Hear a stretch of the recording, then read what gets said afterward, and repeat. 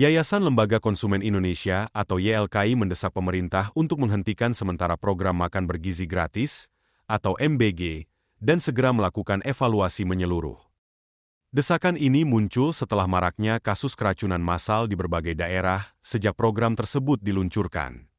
Data YLKI mencatat, jumlah korban keracunan akibat program MBG telah menembus lebih dari 11.000 orang pada pekan kedua Oktober 2025. Angka ini sudah dapat dikategorikan sebagai kejadian luar biasa berdasarkan standar epidemiologi.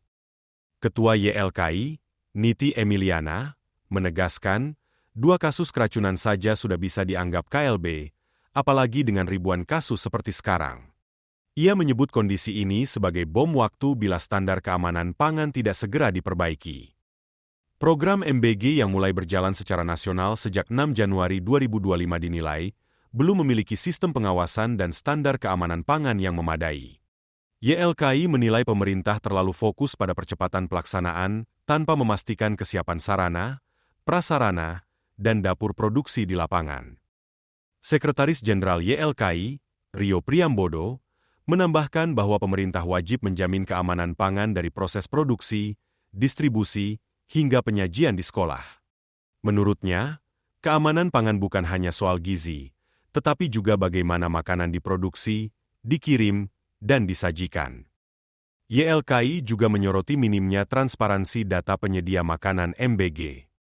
Rio menilai, pemerintah seharusnya membuka informasi publik tentang dapur penyedia, kapasitas produksi, sumber bahan, hingga jaminan halal agar masyarakat bisa ikut melakukan pengawasan independen.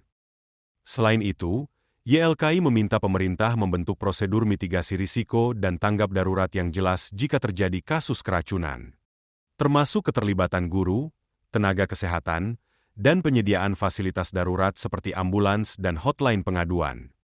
YLKI juga mengusulkan pembentukan tim pengawas independen yang melibatkan pemerintah, akademisi, masyarakat sipil, dan pakar kesehatan untuk memastikan akuntabilitas penyelenggara program. YLKI menegaskan, perbaikan tata kelola menjadi kunci utama agar program makan bergizi gratis tidak sekadar mengejar kuantitas penerima, tetapi juga menjamin kualitas dan keamanan makanan yang disajikan. Evaluasi menyeluruh perlu segera dilakukan sebelum korban terus bertambah akibat ketidaksiapan dan lemahnya sistem pengawasan di lapangan. Assalamualaikum warahmatullahi wabarakatuh. Assalamualaikum warahmatullahi wabarakatuh.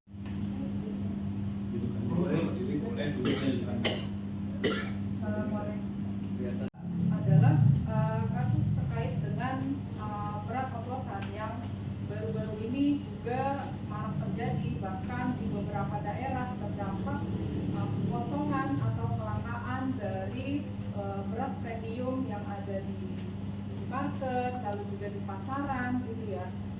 Dan ini tentu menyulitkan masyarakat dalam mencari sumber-sumber panganan pokok yang di daerah tersebut adalah panganan pokoknya adalah beras.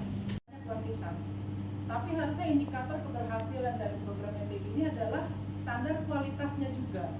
Apakah kualitas yang diberikan dari standar gizinya itu juga sudah terpenuhi? Apakah hygiene dan sanitasinya ini juga sudah terpenuhi? Sehingga penerima manfaat ini bukan hanya mendapatkan makanan lalu pulang, tapi ada dampak kesehatan, yaitu peningkatan kesejahteraan manusia, peningkatan kesehatan yang akan didapatkan oleh program makanan bergizi gratis ini. Ini yang menjadi catatan bahwa kualitas ini tidak menjadi prioritas pada program ini, karena kita lihat buktinya sudah banyak.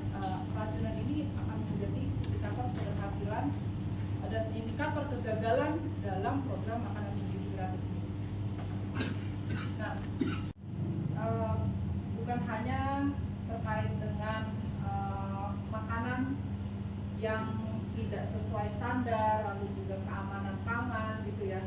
Nah, ini sebagai salah satu langkah yang cakupannya itu berada pada di Indonesia, seluruh Indonesia, dan bukan hanya pada program makan bergizi gratis yang sekiranya pada selama berlangsungnya dari program tersebut banyak yang mengalami keracunan massal. Keracunan massal ini tentu Tapi kalau dalam sisi keilmuan epidemiologi, 2 kasus keracunan makanan saja itu sudah menjadi kejadian luar biasa.